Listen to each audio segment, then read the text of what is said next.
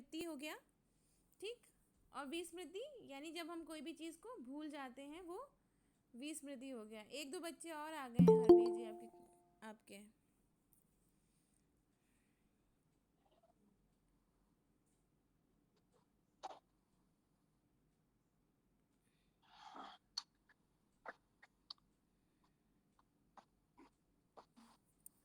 चलिए,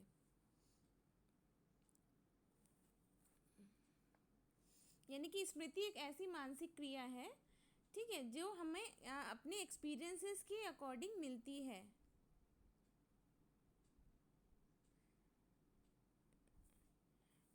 जो भी हम डेली रूटीन में जो भी हम कार्य करते हैं, जो हम पढ़ते हैं, जो हम लर्न करते हैं, जो हमारे अनुभव जितने भी हैं वो हम अर्जित करते हैं, वो स्मृति के रूप में हमें हमारे मानसिक क्रिया के रूप में हो जाते हैं, ठीक है ना। और जैसे ही कभी भी उस जो हमारे पास जो अनुभव अर्जित होता है, जो हम एक्सपीरियंस गेन करते हैं, आने वाले समय में जैसे ही कोई भी परिस्थिति आती है, तो उसके अनुसार व्यक्ति उस जो पहले ही जो अनुभव है उसको वो वापस से धारण करता है, वापस से उसको रिकॉल करता है। जब भी हम पहले से किसी भी लर्निंग को हम एक बार हमने उस अनुभव को स्मृति में रख लिया, और उसके बाद जब भी हमें ज़रूरत होती है, तब हम उस जो हमारा अनुभव है पुनः हम उसको जो अर्जित करते हैं, ठीक है, उसको हम वापस से रिकॉल कर देते हैं।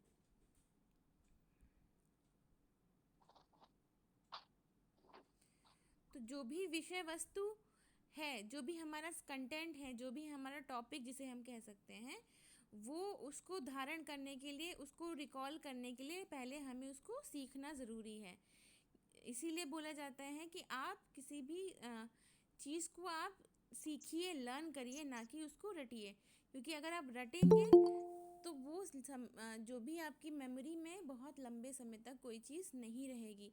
लेकिन जब आप सीखेंगे तो वो चीज़ें आपकी स्मृति में बहुत लंबे समय तक रहती हैं, है ना। तो लर्निंग के बिना आपकी स्मृति में वो पार्ट बहुत लंबे समय तक रह नहीं पाएगा, आप उसको धारण नहीं कर सकते हैं, ठीक है। समय के साथ साथ आपके स्वास्थ्य के साथ साथ आपकी स्मृति पे प्रभाव बहुत सारे पड़ते हैं।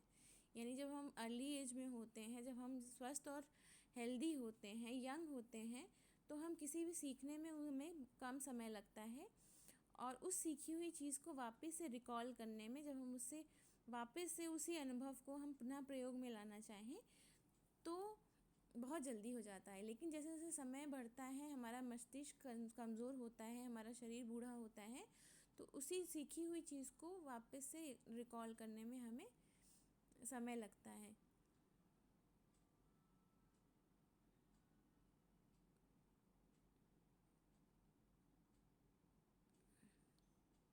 जैसे ही हम कोई भी चीज़ हम पढ़ते हैं, याद करते हैं, तो ये हमारी मेमोरी में, हमारे मस्तिष्क में स्मृति चिन्हों के रूप में स्टोर होती जाती है, ठीक है।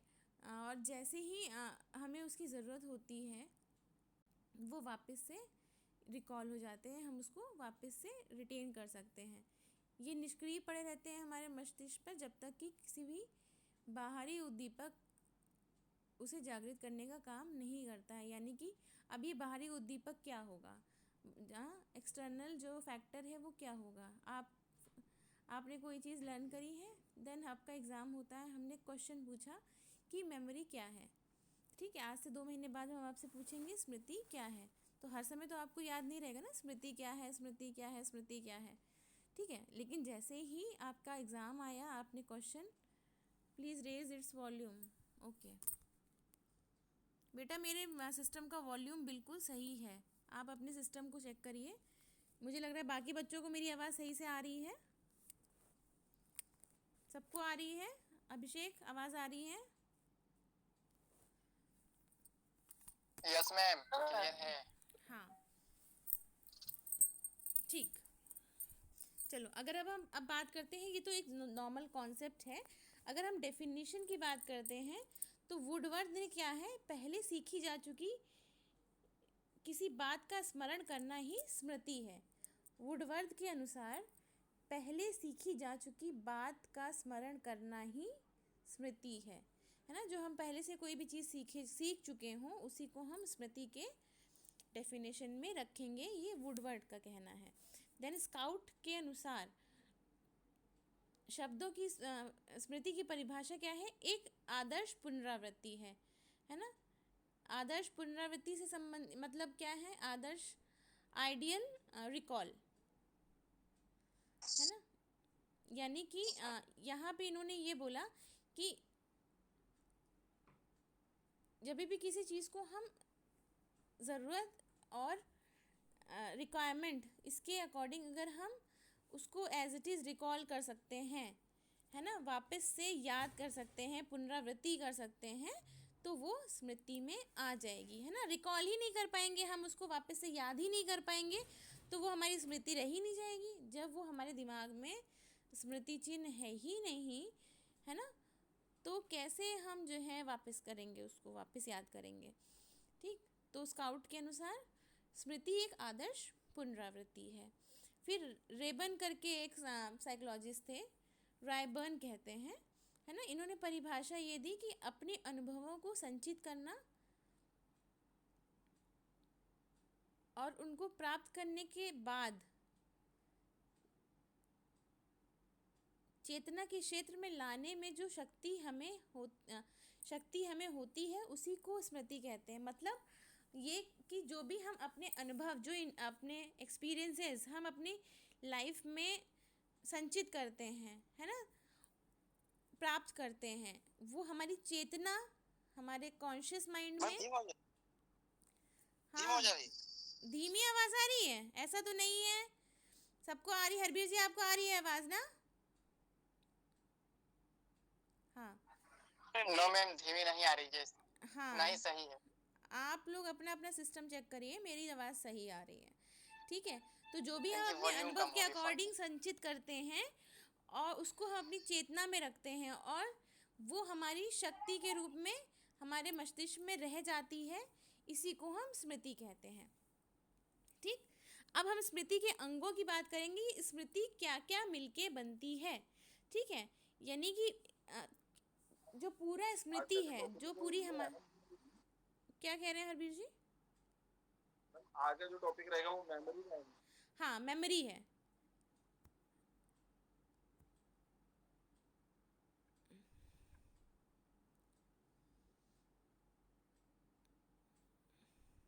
ठीक, अब स्मृति के अंग यानी पार्ट्स ऑफ मेमोरी। ठीक है, यानी कि यहाँ पे स्मृति किसी एक चीज़ को नहीं कह सकते हैं हम। स्मृति में बहुत सारे चरण, बहुत सारी स्टेजेस शामिल हैं जो कुल मिला के एक मेमोरी का फॉर्मेशन करती हैं, एक मेमोरी को बनाती हैं, एक स्मृति को बनाती हैं। ठीक है, सबसे पहला है इसमें सीखना, लर्निंग। दूसरा है इसमें धारण करना यानी रिटेंशन।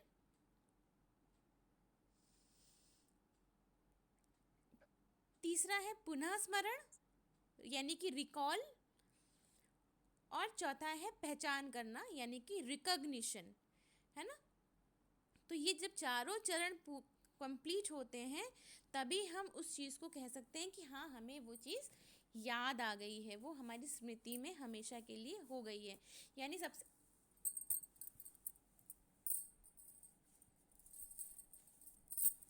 ठीक, अब सबसे पहले बात करेंगे अधिगम की, सीखने की, है ना।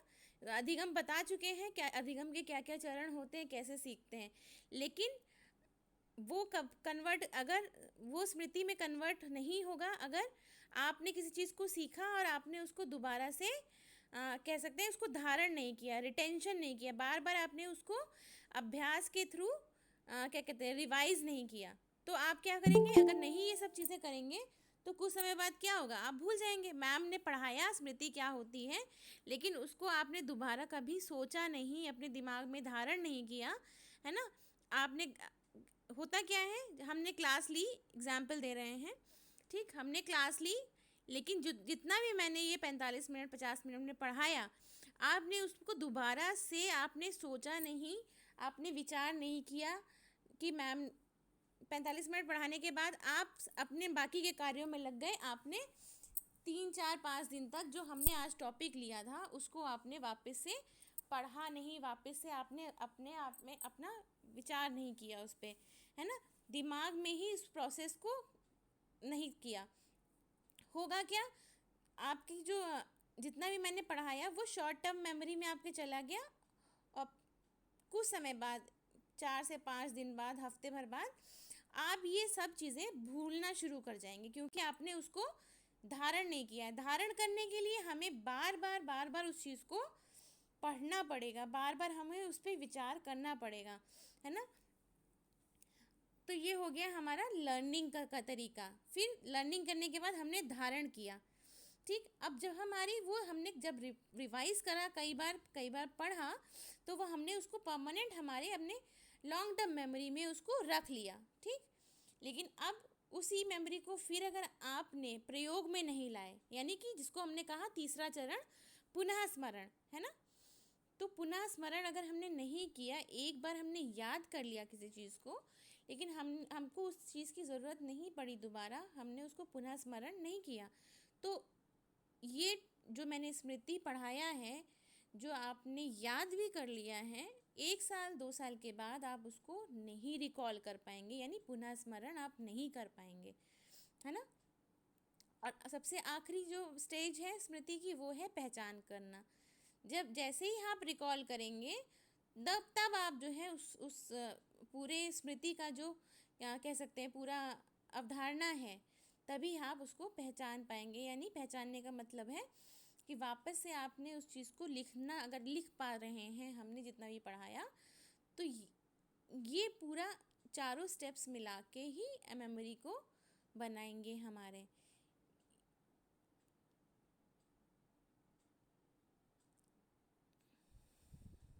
ठीक, तो ये चारों चरण बहुत इम्पॉर्टेंट हैं।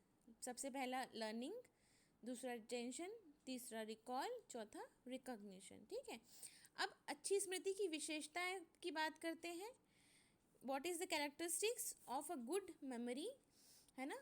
तो सबसे अच्छी मेमोरी का तरीका क्या है, ये स्काउट नाम के एक साइकोलॉजिस्ट थे, इन्होंने स्काउट नाम के, इन्होंने अच्छी स्मृति की विशेषताएं बताई थी, मेमोरी, गुड मेमोरी की कैरेक्टरिस्टिक्स बताई थी। पहला था सीखना या अधिगम, जितना जल्दी हम सीखेंगे, जितना जल्दी हमारी लर्निंग होगी, है ना, तो हम क्या करेंगे, हम बहुत सारी चीज़ों को हम सीख पाएंगे। जितना जल्दी हम सीखेंगे, एक बोलते हैं ना इस बच्चे की मेमोरी बहुत अच्छी है, इस बच्चे को बहुत जल्दी याद होता है ना, ये बहुत लंबे समय तक जो है उस चीज़ को याद रख पाता है।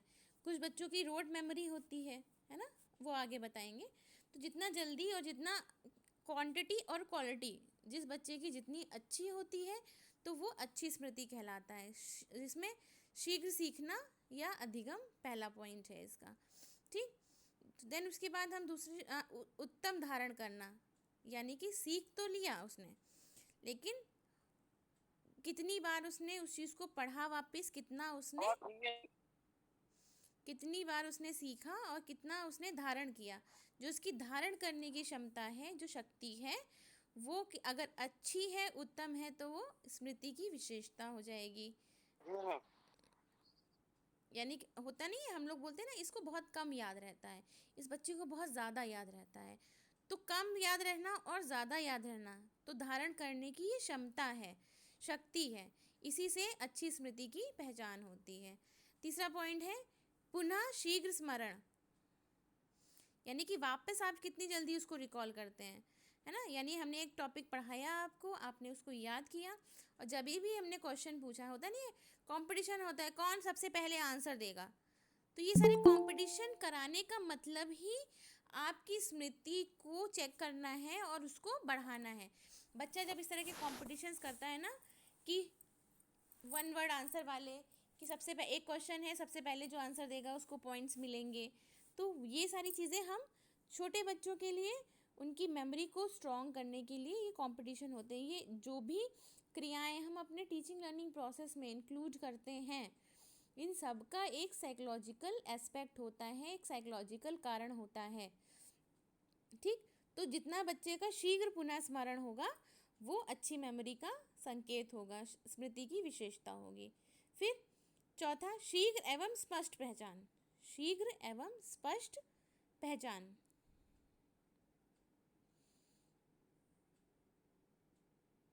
यानी कि जैसे ही देखा उस बच्चे ने वैसे ही उसको याद आ गया कि ये पर्टिकुलर चीज़ ये है।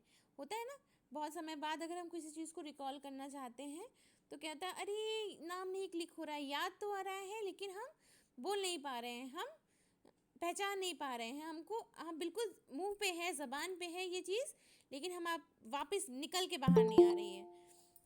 तो ये इशू जब होता है तो वो यानी कि मेमोरी आपकी वीक है।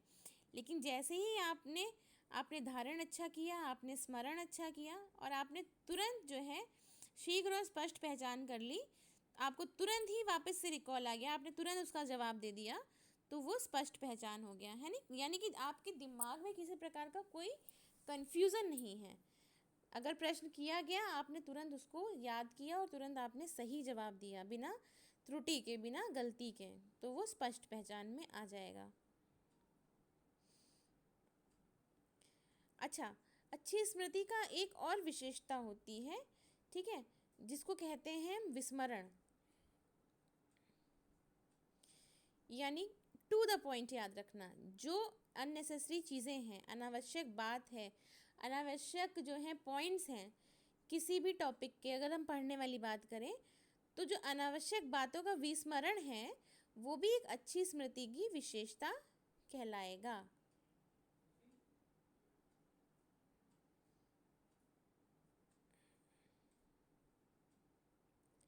चलो नेक्स्ट पॉइंट पे आते हैं, स्मृति के प्रकार, काइंड्स ऑफ मेमोरी।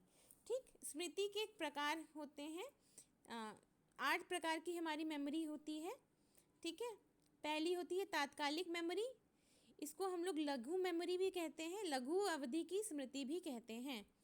तात्कालिक स्मृति, पहला पॉइंट नोट्स आप सबके पास हैं, है ना। तात्कालिक स्मृति यानी ऐसी स्मृति जो शॉर्ट टर्म की है।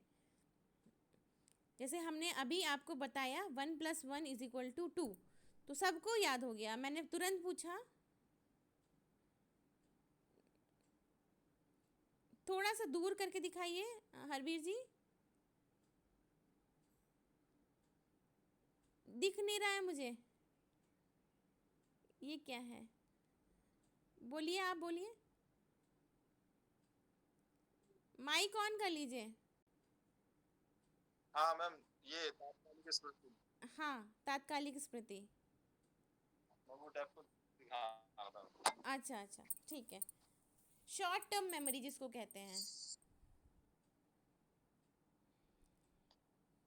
ठीक है, शॉर्ट टर्म मेमोरी कहते हैं, हिंदी में इसको हम लोग लघु अवधि मेमोरी भी स्मृति बोल सकते हैं, जो बिल्कुल कम समय के लिए इमीडिएट होती है ना। जैसे मैंने अभी तात्कालिक बोली, आप सबको याद रहेगा तात्कालिक, लेकिन अगर इसको आपने वापस से रिकॉल नहीं किया तो ये लॉन्ग टर्म मेमोरी में, दीर्घ अवधि मेमोरी में नहीं जा पाएगी और आप इसको भूल जाएंगे कि मैम ने एक शब्द बोला तो था लेकिन वो शब्द क्या था याद ही नहीं है।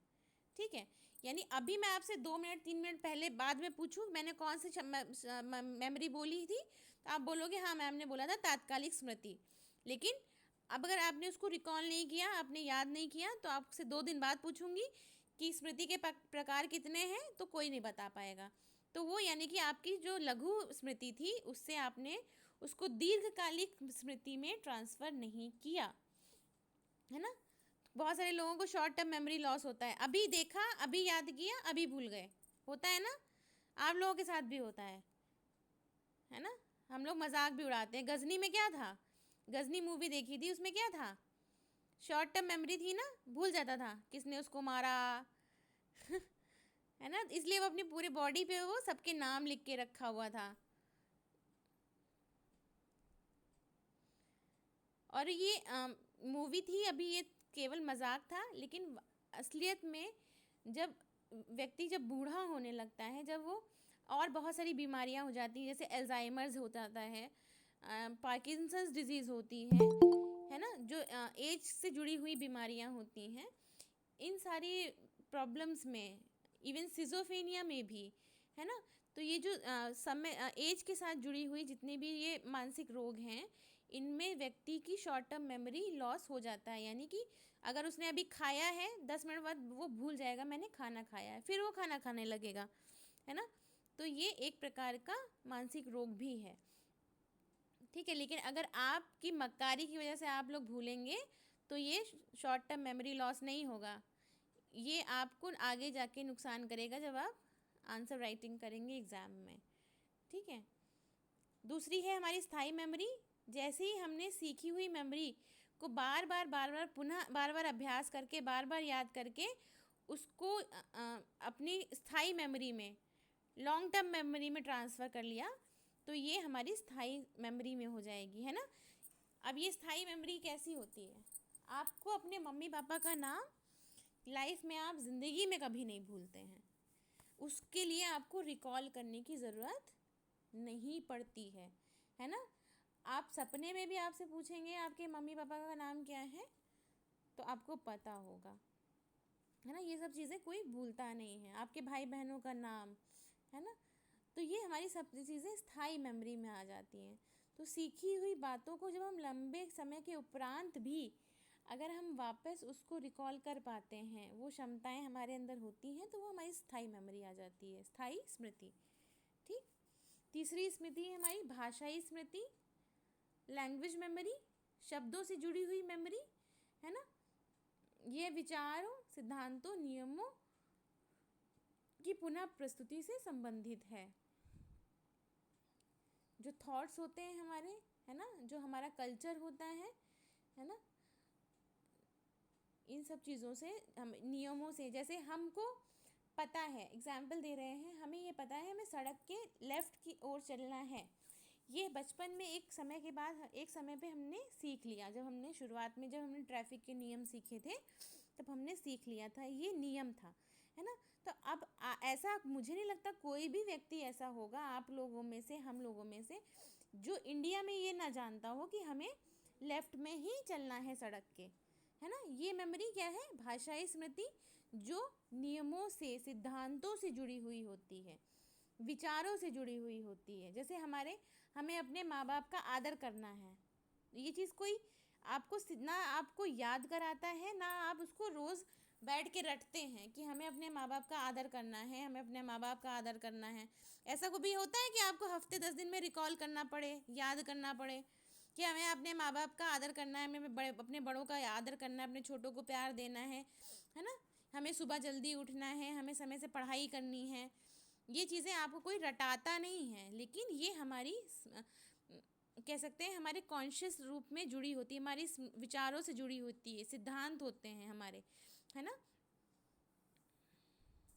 नियम है। ये सब चीज़ें हमारी भाषाई स्मृति में आ गई। चौथी आ गई यांत्रिकी स्मृति, मैकेनिकल मेमोरी।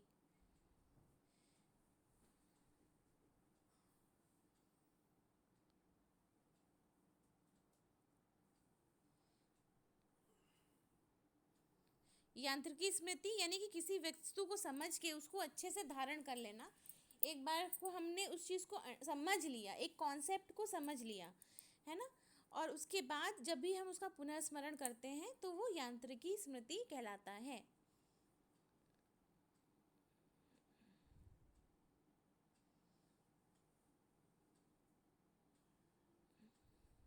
फिर सक्रिय स्मृति, है ना, एक्टिव मेमोरी। एक्टिव मेमोरी जो हमारे पहले से ही जो हमने सीखा है, हमारे अनुभव हैं, जिसको हमें बिना पुनः प्रयास के हम वापस कर सकते हैं, जिसके लिए हमें कोई एक्स्ट्रा एफर्ट्स नहीं करने हैं, है ना।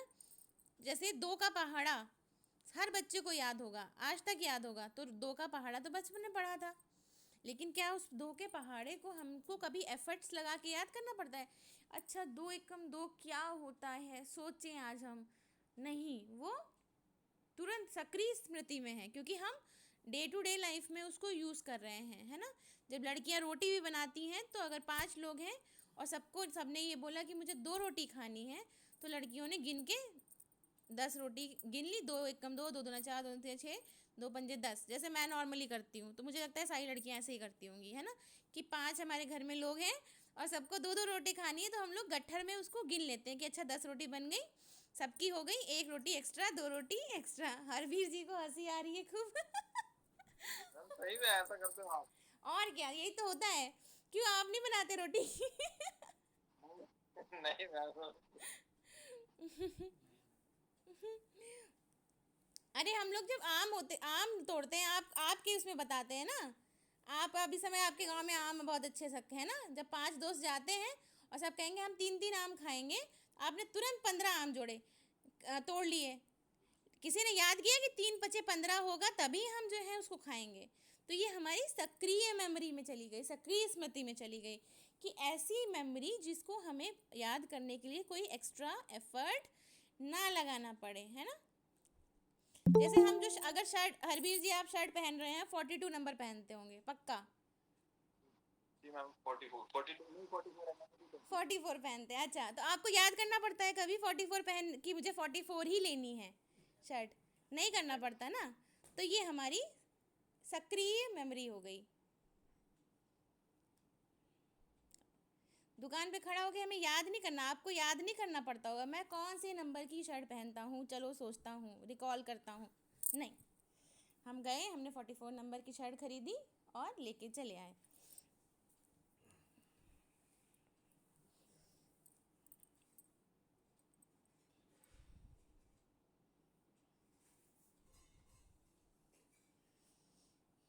ठीक, नेक्स्ट है निष्क्रिय स्मृति। जिसको याद करने के लिए ऐसी मेमोरी, जिसको ऐसी हमारे ऐसे अनुभव जिनको याद करने के लिए हमें बहुत सारे एफर्ट्स लगाने पड़े, बहुत सारे प्रयत्न करने पड़े, है ना। जैसे अगर अब यहीं पे अगर मैंने 2 के पहाड़े का एग्जाम्पल लिया, लेकिन अगर मैं बोलती हूँ कि 14 का पहाड़ा बताओ, 15 तो इजी होता है, 16 का बताओ, तो फिर आप सभी बच्चों को, आपको, मुझे, सभी को एफर्ट करना पड़ेगा। एक बार हमें अपने दिमाग पे जोर डालना पड़ेगा, है ना। सबने बचपन में याद किए हैं, 20 तक के पहाड़े स्कूल्स में रटाए जाते हैं, है ना। सबको, आपको भी याद नहीं होगा, लेकिन जब हम कहेंगे कि आज हम सब बच्चों से 16 का पहाड़ा सुनेंगे, तो हरबीर जी को भी दिमाग पे जोर लगाना पड़ेगा। 16 चक्कू कितना होता है बताइए? हाँ 64। हाँ, और 19 पंजे? 95। अरे वाह ये तो बहुत, इसका मतलब आपकी मेमोरी तो अच्छी है। मुझे लेकिन सोचना पड़ेगा, है ना, मुझे याद करना पड़ेगा, दिमाग लगाना पड़ेगा। आकांक्षा, हाँ बताओ, 16 × 8 कितना हुआ? हैं पूछ रही क्या मैम? 16 × 8 का पहाड़ा बताओ। 144। हाँ, है ना। तो इन सब चीज़ों के लिए हमें जोर लगाना पड़ेगा। अगर अभी हम ग्रामर के नियम आपसे पूछें, तो आपको वो चीज़ों के लिए याद करना, मतलब बहुत ज़्यादा एफर्ट्स लगाने पड़ेंगे। तो ये सब चीज़ें निष्क्रिय स्मृति में आ गई, है ना। चलो,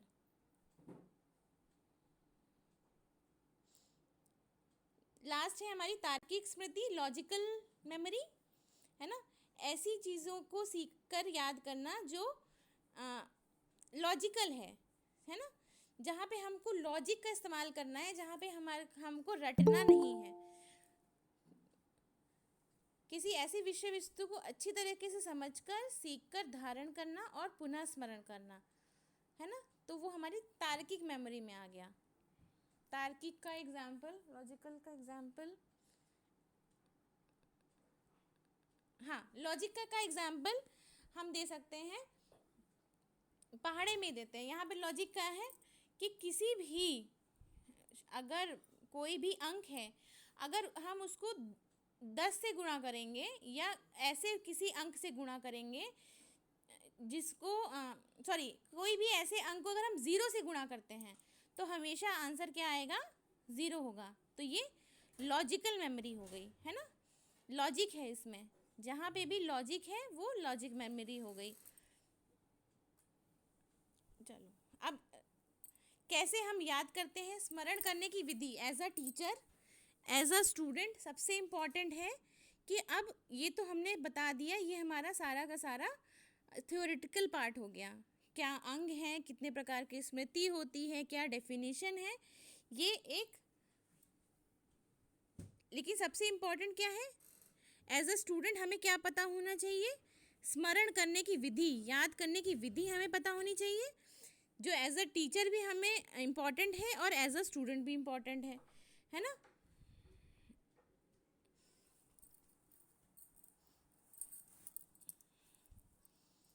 तो सबसे से पहली है पूर्ण विधि, यानी कि पूरे के पूरे पाठ को शुरू से लेकर अंत तक पढ़ना और उसको एक साथ एक ही क्रम में एक ही समय पे याद करना। यानी कि पूरे ही पाठ को हमने एक ही साथ पढ़ा शुरू से आखिरी तक और उसको याद किया। नॉर्मली ये हम लोग क्या करते हैं जब हम छंद याद करते हैं हिंदी में, है ना, 2 लाइन की 4 लाइन के जो छंद होते हैं या छोटी छोटी कविताएं होती हैं, है ना, Johnny Johnny yes papa, eating sugar no papa, telling a lie no papa, open your mouth ha ha हा। तो कभी ऐसा हुआ कि इस कविता को याद करने में आपको 4 दिन लगे? नहीं, है ना। किसी छोटे बच्चे को भी याद करने में इस चीज़ को 4 दिन नहीं लगते। जब हमको सिखाते हैं तो वो एक ही टाइम पे हमने उसको चारों इस कविता की चारों लाइन सिखाई, है ना। इनको टुकड़ों में नहीं तोड़ा, हमने इनको एक ही साथ सिखाया। तो जब भी जॉनी जॉनी यस पापा सिखा रहे हैं हम, या निंदक नियरे राखिए, आगे कौन सी क्या है वो, तो छोटा सा वो बताओ, मुहावरा अरे छंद बताओ। हिंदी में हम जो पढ़ते हैं ना, छोटे छोटे छंद पढ़ते हैं, कोई भी कुछ भी एग्जाम्पल है, इस समय मुझे नहीं याद आ रहा, है ना, तो उसको हम लोग एक ही बार में याद करते हैं। लेकिन अगर हम अगर यहीं पे कह सकते हैं, हम मधुशाला अगर हमको याद करनी हो, हाँ मैम एक बताइए। डेव बच्चा पूछ रहा है जो मैम आज नोट पढ़ा, मतलब जो 8 टॉपिक आप पढ़ा रहे हो हाँ, मैम, उसकी पीडीएफ आपने सेंड की हुई है? वो तो कब की भेज दी, ये तो कब की भेज दी है। मैंने हिंदी के सारे नोट्स पूरे टॉपिक के भेजे हैं 14 मई को। सब बच्चों को मिल गए हैं ना? मैम ये नोट्स ओपन नहीं हो रहे। तुम लोग इसको वर्ड पे ओपन करो, खुल जाएगा, ठीक है। नहीं हो रहे मैम। अरे बेटा हो रहा है, अभी कुछ बच्चे और भी उस दिन प्रॉब्लम कर रहे थे, मैंने उनको कहा था कि वर्ड ऐप करके एक आता है, WORD वर्ड, वर्ड को डाउनलोड करो और वर्ड में खोलो, खुल जाएगा, ठीक है। उनका पीडीएफ खुलने में लगा कन्वर्ट है। करके सेंड कर दीजिए, है बेटा? पीडीएफ में कन्वर्ट कर दीजिए फिर। नहीं, PDF में कन्वर्ट इसलिए नहीं करेंगे क्योंकि ये जो हमने नोट्स वर्ड में दिए हैं ये रीडर पे भी तो चलते हैं ना। हाँ वो तो है हम लोगों के लिए ठीक, आप लोग ये अच्छा ये बताओ, जो मतलब एक्सेसिबल है। हाँ अब ये बताओ, हम कितना स्पून फीडिंग करें तुम्हें। हम हिंदी में नोट्स दे रहे डोंट हैं, वरी, हम लोग इंग्लिश में करके नोट्स सेंड दे कर रहे हैं, देंगे वीडियो बना के दे रहे हैं, ऑडियो रिकॉर्ड करके दे रहे हैं, डॉक्स में कन्वर्ट करके दे रहे हैं। अब उसके बाद उसके बाद भी आप लोगों का जो है अगर डॉक्यूमेंट ना खुले तो मैं अब उसको PDF में कन्वर्ट नहीं करूँगी। मोबाइल अपना तोड़ के एक फेंक दो। क्वेश्चन होता है। हाँ बोलो बेटा। मैम जो बच्चे हैं वो असाइनमेंट भी इन बच्चों को बोल दो कि असाइनमेंट्स को अभी अपने पास रखें, यूनिवर्सिटी की तरफ से कोई भी नोटिस नहीं आया है, ठीक है। ना ऑनलाइन सबमिशन का आया है ना ऑफलाइन का आया है।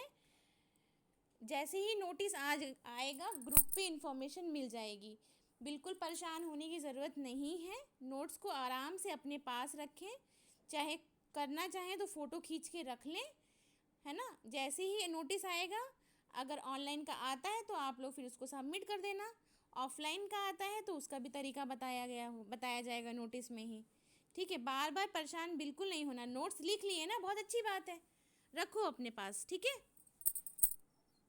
प्रमोशन के कोई नोटिस? हाँ यही चाहो तुम लोग, ऐसे ही हो जाए सारा कुछ, है प्रमोशन ही होता रहे तुम लोगों का।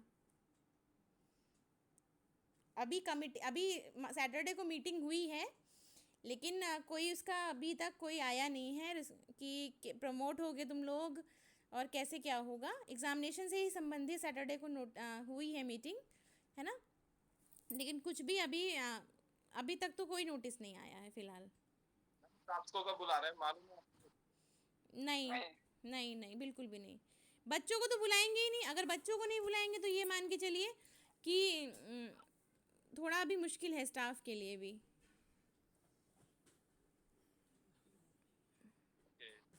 हाँ क्योंकि मैम हमारा जो नोटिस है वो 15 वैसे कॉन्ट्रैक्ट क्या कह रहे हैं हरबीर जी? हमारा कॉन्ट्रैक्ट 15 जुलाई तक के लिए रिन्यू कराया अभी। वैसे हमारा कल ऑफ आज लास्ट। अच्छा अच्छा, तो आपका एक्सटेंड हुआ है 15 जुलाई तक? Yes ma'am.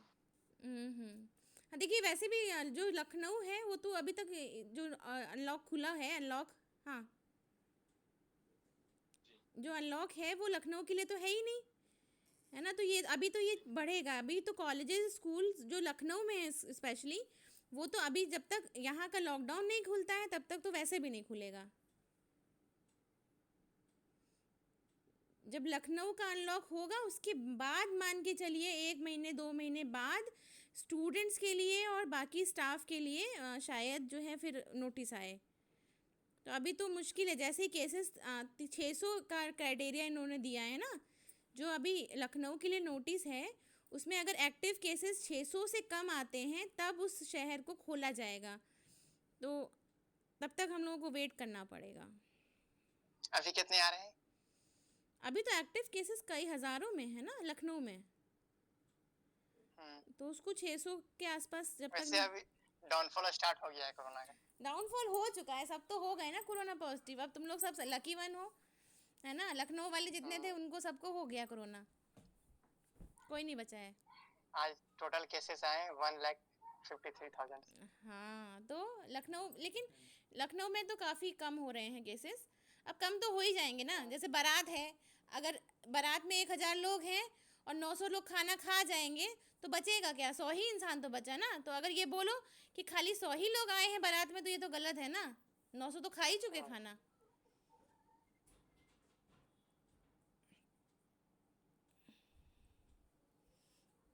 चलो नेक्स्ट विधि है हमारी खंड विधि। बस यही एक टॉपिक पढ़ा देते, 5 बज रहा है, हमको पता है आपको नींद आ रही है, हरवीर जी को नींद आ रही है बहुत जोर से।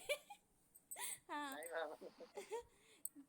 ठीक है। तो दूसरी स्मरण की विधि है खंड विधि, यानी कि जब बहुत बड़े बड़े पाठ होते हैं या बहुत बड़ी बड़ी कविताएं होती हैं तो उनको हम छोटे छोटे पार्ट्स में तोड़ते हैं और उसके बाद पढ़ते हैं। बीए में का भी जब हम कोर्स पढ़ते हैं तो इनको, जैसे अगर हम स्मृति एक साथ पढ़ाते तो आपको याद नहीं रहेगा, लेकिन मैंने स्मृति को भी, जो ये टॉपिक था आज का, उसको छोटे छोटे भागों में तोड़ा और उसके बाद आपको भी हम यही बताएंगे कि आप उनको छोटे छोटे भागों में याद करिए, है ना। स्मृति के हमने अंग एक दिन याद कर लिए, देन स्मरण करने की विधि हमने एक दिन याद कर ली, एक दिन हमने जो है स्मृति के प्रकार याद कर लिए।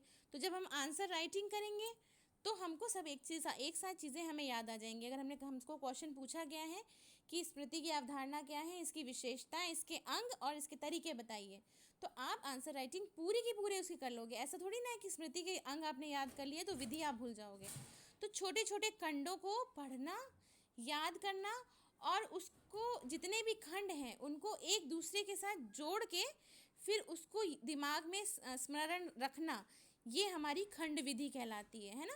जो लंबी लंबी कविताएं हैं, जब हम वीर रस की कविताएं पढ़ते थे, खूब रड़ी मर्दानी, वो तो झांसी वाली रानी थी, तो झांसी वाली रानी को जब हम याद करते थे, वो उस कविता को हम याद करते थे, तो हम खंडों में ही तो याद करते थे ना, क्योंकि बहुत लंबी कविता है, एक सीक्वेंस में हम याद नहीं कर सकते हैं। जॉनी जॉनी यस पापा हम याद कर सकते हैं एक ही बार में, है ना। या मधुशाला, जब जो हिंदी लिटरेचर के स्टूडेंट्स हैं उनको मधुशाला याद करनी होगी तो उनको कई दिन लग जाते हैं, है ना।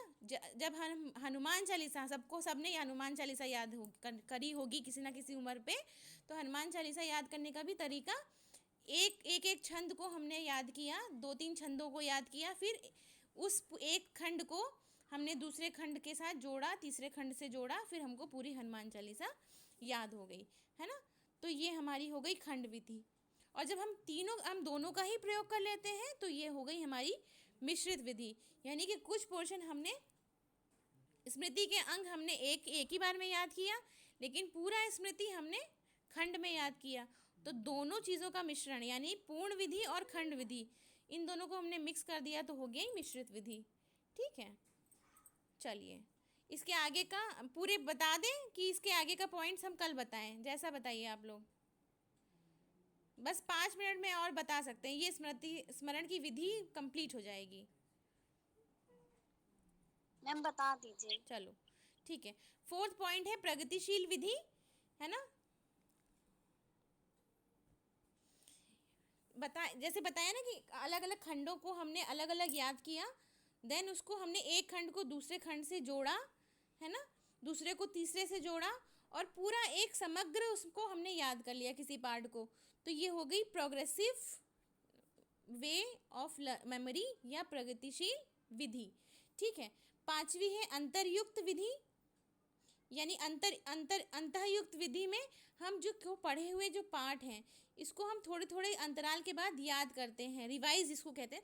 नॉर्मली ये सब चीज़ें हम पहले से ही करते आ रहे हैं, लेकिन हमको उसके पूरे 1 by 1 स्टेप्स नहीं पता हैं, या उनके हमें सिस्टमेटिक नाम नहीं पता है।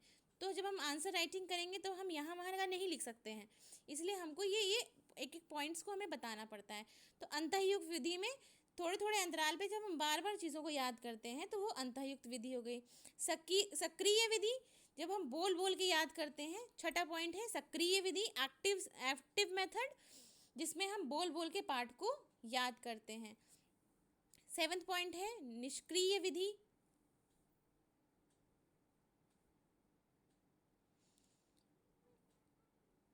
इनएक्टिव मेथड, है ना। इनएक्टिव मेथड यानी कि हम जब मन में याद करते हैं, हम बोलते नहीं हैं, तो ये हमारा हो गया इनएक्टिव मेथड। ठीक, इसीलिए जब ज़्यादातर बोला जाता है कि आप लोग बोल बोल के याद करिए, क्योंकि जब आप बोल रहे हैं तो आप अपने मल्टीपल सेंस ऑर्गन्स का यूज़ कर रहे हैं। और याद करने का सबसे अच्छा तरीका ये होता है कि आप जब अपने जितनी भी इंद्रियां हैं उनका मैक्सिमम यूज़ करिए किसी भी पार्ट को याद करने में। यानी आप देखिए, उसको बोलिए, उसको अपनी ही बोल को सुनिए, चलते रहिए। आपके जितने भी आपकी इंद्रियां हैं उनका प्रयोग आप करेंगे याद करने में, तो वो चीज़ लंबे समय तक आपको याद रहेगी। तो ये हो गई हमारी निष्क्रिय विधि। फिर 8वां पॉइंट है अंतहीन विधि। अंतरहीन विधि, है ना, यानी कि एक ही समय में हमको पूरा का पूरा पाठ याद करना होता है, किसी भी समय का अंतराल नहीं दिया जाता है ना। चाहे वो चीज़ चाहे हमको 1 घंटे में याद हो, चाहे 2 घंटे में याद हो, चाहे पूरा एक एक दिन लगे, बिना किसी समय अंतराल के किसी भी पाठ को याद हम कंटिन्यूस करते हैं तो वो अंतहीन विधि कहलाती है। ठीक। छोटे बच्चों को हम याद कैसे कराते हैं? ABCDEFG गा के, तो वो कौन सी विधि हो गई? स्वर विधि। जब हम सुर लय ताल के साथ किसी चीज़ को याद करते हैं, है ना। बचपन में बोलते हैं ना, गाना गा गा के जो है बच्चे को क्यों पढ़ाया जा रहा है। ABCD ऐसे भी याद कर सकते हैं ना, ए बोलो ए, बच्चा बोलेगा ए, बोलो बी, बच्चा बोलेगा बी। लेकिन कैसे हम लोग याद कराते हैं? ABCDEFG HIJKLMNOP, है ना। तो ये हो गई हमारी स्वर विधि। 10वीं रटंत विधि, रोट मेमोरी, रोट लर्निंग, यानी सिर्फ आप रट लीजिए, उसको आप समझिए नहीं, उसको आप उसका लॉजिक मत निकालिए, उसको सिर्फ और सिर्फ अक्षर बाई अक्षर आप उसको रटिए, तो वो हो गई हमारी रटंत विधि, है ना। पहाड़े हम लोग रट के याद करते हैं ज़्यादातर। और 11वीं है क्रिया विधि। क्रिया विधि जो हम कार्य करके करते हैं, जिसमें हम अपने हाथों और पैरों का इस्तेमाल करते हैं, क्रिया विधि, है ना। ऐसी विधि जो हम क्रिया के साथ साथ करते हैं, है ना। जब हम खाना बनाना सीखते हैं तो उसमें क्रिया होती है ना, तो ये है तो विधि। हमको याद हो गया ना, सब्जी में कितना तेल पड़ेगा, अगर 1 पाव सब्जी है, 250 ग्राम सब्जी है, तो इसमें इतना तेल पड़ेगा, इसमें इतना नमक पड़ेगा, इतना इसमें मिर्ची पड़ेगी।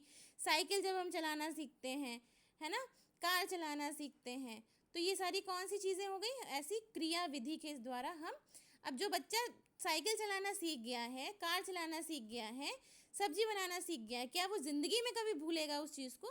नहीं भूलेगा। आप अगर 20 साल बाद भी अगर अपनी साइकिल पे चढ़ेंगे तो 1-2 बार शायद आप लड़खड़ाएं, लेकिन तीसरी बार से आप साइकिल चला लेंगे। कार में भी वही होता है, क्योंकि हमारे उसमें हाथों और पैरों, हमने क्रिया के द्वारा उस चीज़ को सीखा है। तो ये 8 प्रकार की इसका स्मरण करने की विधि है। कोई क्वेश्चन है? पॉइंट यहाँ पे ख़त्म हो गया। नेक्स्ट क्लास में, जो कल की क्लास है, उसमें हम विस्मृति पढ़ेंगे। ठीक, कोई क्वेश्चन है? अदरवाइज क्लास ख़त्म कर दी जाए।